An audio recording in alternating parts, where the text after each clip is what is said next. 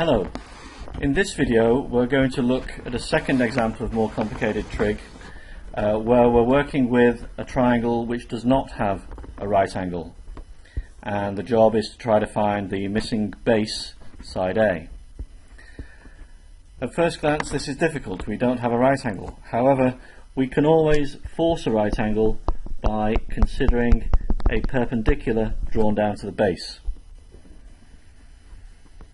The problem is we don't know exactly where it does join the base. If the triangle was isosceles, we would know it would be exactly halfway, but we don't know that. However, we could try to consider what the right hand part is, which I've labelled X, and then maybe later on we might be able to find its partner Y to be able to find the entire length A. So looking at the right hand triangle, relative to the marked angle of 47 degrees, clearly the 282 is opposite the right angle, so this clearly is the hypotenuse, and relative to the 47 degrees the side X is the adjacent, so we have cosine. Write down what we know. Cos of 47 is adjacent over hypotenuse, which is side X over 282, and using a calculator that tells us that cos of 47 is 0.682. So side X must be 0.682 multiplied by 282, and that is 192.32 meters. Okay, so we know side X. But that doesn't help us with side Y because we know no sides in that triangle. However, if we know two sides of the right hand triangle, we automatically know the third using Pythagoras. So we can work out the length of the vertical dotted line, which I'll now call C. So we know that 282 squared is equal to the side we just found, 192.32 squared, plus C squared. Clearly from the diagram, C is not the hypotenuse, therefore we better have an answer shorter than 282.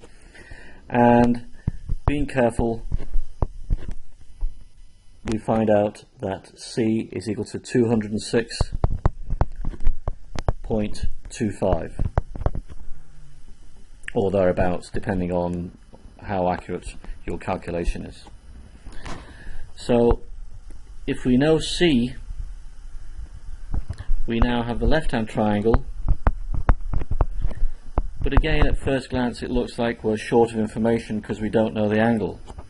Well, actually we do. If we know two angles in a triangle, we know that all three of them must add up to 180 degrees. So we had 108 degrees and 47 degrees. Together they add up to 155 degrees.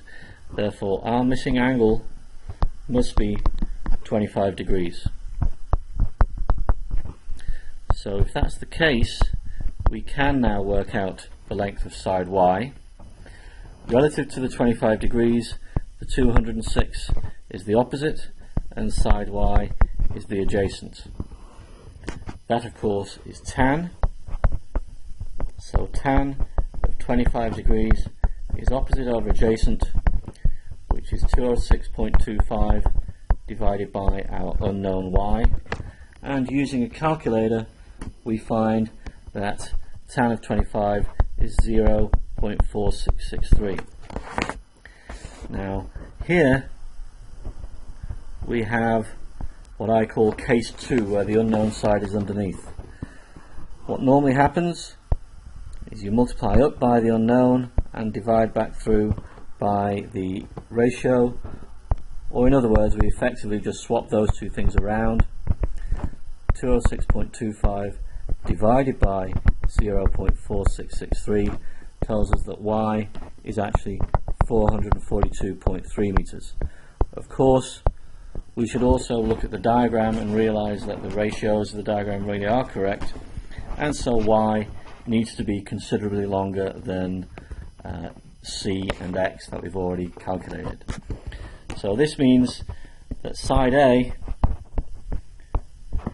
is just X plus Y, which was 192.3 plus 442.3 for a total length of 634.6 meters.